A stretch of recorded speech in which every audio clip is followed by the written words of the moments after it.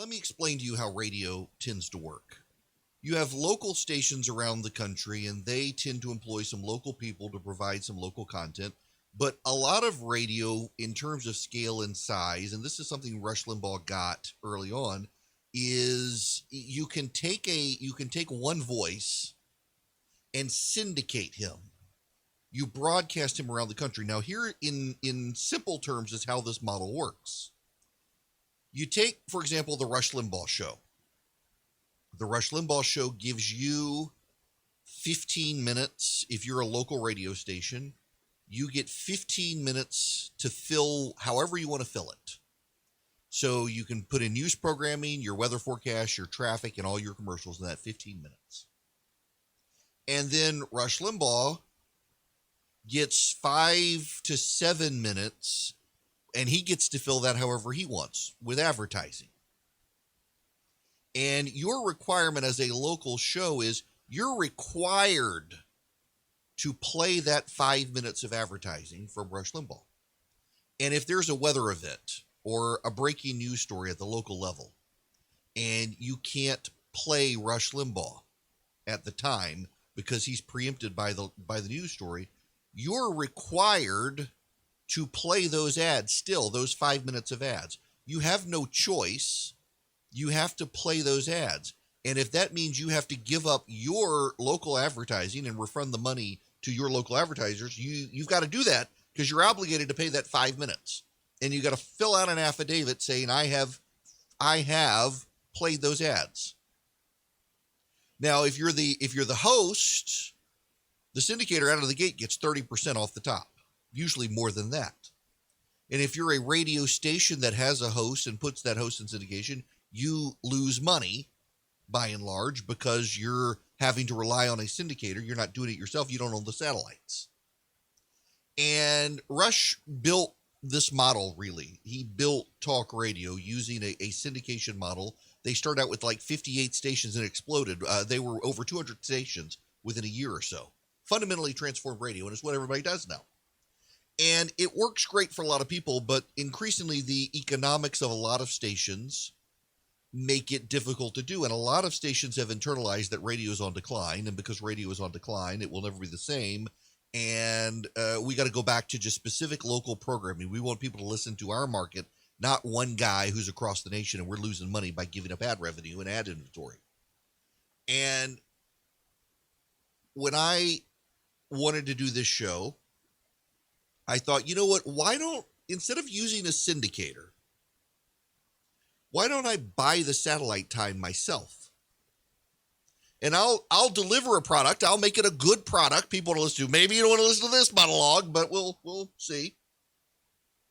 And I'll deliver it myself, and I'll run my own ads, and I'll find my own advertisers, and I'll put those advertisers in my talk time. I'll cut into my talk time so they get played by me. I do the ads, so I can say for certain I've done the ads. And the local guy doesn't have to play the ads. If there's a breaking news event, well, he's under no obligation because I've played the ads. I've ensured they've gone out. The local guy doesn't have to play them. And so the local guy, I give them a little more, instead of 15 minutes, give them 17 minutes. So they got 2 more minutes. They can put more ads in. They don't have to worry about my make goods. They don't have to worry about affidavits. So they don't have to worry about the bureaucracy. All they got to do is take the product. And you know, with Rush, when you're a big station, you've got to pay for Rush Limbaugh. You don't just give up your ad space. You got to pay a fee. Some stations pay hundreds of thousands of dollars. I mean, he's that good. Everybody wants to listen to him. You know he's going to generate enough ratings, revenue, and listeners that you'll make your money up. But for most, you give them the product. So I give away the product for free. And I've got a daily email, and I have subscribers to that email, and those subscribers help cover the cost of me paying for the satellite. And for my employees, I have a broadcast engineer, a control board operator, Jim, who runs the show. I've got Charlie, who does the affiliates and ad sales. He's answering the phones right now. Candace, my assistant. Philip, who does all the digital stuff. The subscribers to the email help initially subsidize that. It also makes me somewhat bulletproof from advertiser boycotts, so the left can't harass me in that way. I ran this by Rush Limbaugh, and to this day, he is the only person other than Charlie, my producer, who out of the gate immediately got it. He immediately got what I was trying to do and was supportive of it. And he connected me to Craig Kitchen, his head of EIB, who connected me to my agent, John McConnell, to deal with me as radio grows out, who knows the industry, who can help me, who I can turn to and ask things. And to this day, though, Rush Limbaugh was the person who understood exactly what I wanted to do, helped me figure out some of the kinks along the way, and we were able to get up and running by myself without relying on a syndicator. And we're now on 16 stations. We actually lost a station because they went out of business. But we're on 16 across the state of Georgia. We're starting to get inquiries out of the state of Georgia. And I feel vindicated to a degree and also deeply frustrated in that Rush so got the model and hardly anyone else really understands what I'm doing. I'm going to give you a quality product for free. You have no obligation other than to run it for the 3 hours. And if there's breaking news, don't worry about it. No harm, no foul. And I'll make money by putting the ads in my talk time. Don't worry about my ads. And I'll start it out with an email and a website, and we'll generate revenue off that to subsidize radio. And one day radio will grow enough to subsidize the email and the web. And he understood it. Now, there's a larger point here that I want to get to. Every single one of us has someone where we can look over our right shoulder and they're there and we can ask them questions or we can get help. And I haven't wanted to overemphasize my relationship with Rush because there are a lot of people who knew him better, who had a better relationship with him, who played golf with him, who he talked to on the phone more than me. But he was always there. If I had a question, if I had a problem about radio, he was always there to answer. I could look over my right shoulder and there he was. Part of growing up is one day you get to the point where you look over your right shoulder and there's a wall. When I was in my law practice, there was always a partner, and I could turn to that partner and say, what do we do here? Who gave me better advice than what I had learned in law school, because that partner had always practiced law. They were there. They knew. And when I became an associate at a law firm and was working up and on the verge of 5 years as an associate in my law firm, that was typically where you then transition to being partner. Here come law clerks who would come to me for questions, and I could answer the questions. I would be the guy they looked to on the right. I would look to them on the left. They would ask a question, and I could answer it. But if I didn't know the answer, I could look to the person to my right and get the answer and convey it down, and I would learn something, and the law clerk would learn something. And part of growing up is one day you realize there's no one to the right of you, and there are way more people to the left of you.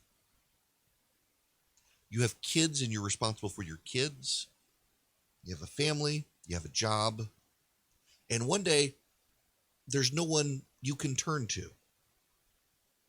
You're the guy who's got to have the answers. And everybody's looking at you for the answers. And you know, when you age, those of you who are younger than me, I promise you hit 40. And then you get to 45 where I just hit. And so you're like, I got gray in my beard. How did this happen? I got to start shaving more. And where did all this gray come from? Where did the wrinkles come from? Why does my knee hurt? Why does this part of my body no longer work the way it worked yesterday? Why do my fingers tingle when I wake up in the morning? Why can't I sleep through the night without having to pee anymore? But that's the physicality of aging. But the mentality of aging is, over time, creeping like a shadow until you're fully in the darkness and unaware of it until it happens. All the people you look to the right disappear. And the number of people on the left grows. And whether you want to or not, whether you realize it or not, one day you're in charge. One day you're the leader. And one day, you've got to make the decisions. And you wake up and you think, my gosh, what if I screw it up? I got all these people who rely on me, mouths to feed, people to employ, people who are looking to me. Who do I look to for advice? And if you're a praying man, well, you get on your knees and you pray. And maybe you find someone. I'm blessed to have an agent who was the president of WABC in New York for a long time. And maybe you have that guy for a while longer as you're off at a new endeavor, but oftentimes it's just you. There's a saying, fake it till you make it, and sometimes you got to fake it until you make it. Sometimes you've just got to summon your best advice based on everything you've done along the way. I was very blessed with Rush in that I could email him in the middle of the night. Occasionally, he would email me. If I had done something and he had seen a headline or something, he'd email me with sharp advice. I got asked last night by a guy, he's 30, he's got a radio show in Colorado. What advice did Rush give me? And I freely give. You got to have someone around you who can tell you you've screwed up. You got to have someone you trust who knows they're not going to be fired for telling you the hard truth. Because no one in radio will ever tell you the hard truth. Everyone in radio tells you you're hunky-dory until it's too late to fix the ratings, and then they cancel you. There's a lot of mendacity in radio. You got to have a relationship with your audience so you can talk about stuff like this. People go, oh, it's a politics show. I'm going to hear about politics. No, right now you're hearing about life. You got to be able to do that. You got to be engaging. You got to keep people company. You got to build a relationship with them. Rush would always say, entertainer. His advice to me, I can quote for you what he told me. Do not go into this business to save the world. You're never going to save the world if you go into radio to save the world. You go into it, your job is to keep people company. If you keep people company, you can save the world, but you can't. If your job is to save the world, you'll never do it. Your job is to keep people company. And maybe keep more people, adding more people to it. There's a lot of personal advice that I don't feel comfortable sharing. But there was a lot of advice. And now I turn to the right and he's not there. He blessed me in a way with a great radio agent. He connected me to Craig Kitchen, who connected me to my agent, John McConnell. And Rush told me he hoped that would be what Craig recommended. John McConnell, my agent, was instrumental in getting Sean Hannity off the ground as well. And I wouldn't have that guy, but for Rush, that now I can turn to the right and he's there. We spoke yesterday more than we've spoken probably in the last 6 months. But sometimes, for most times, when you grow up, you realize it just happens. And it really is like the shadow moving across, and suddenly you're inside the shadow. Suddenly it's dark. And you turn to the right and there's nobody there. You turn to the left and there's a long line of people waiting to have a moment of your time. To ask you, what's next? What do I do? How do I move forward? And oftentimes you're like, how do I know?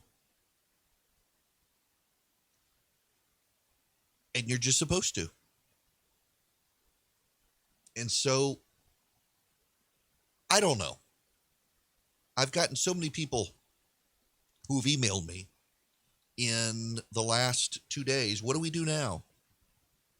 What do we do? Gosh, the country really is ending.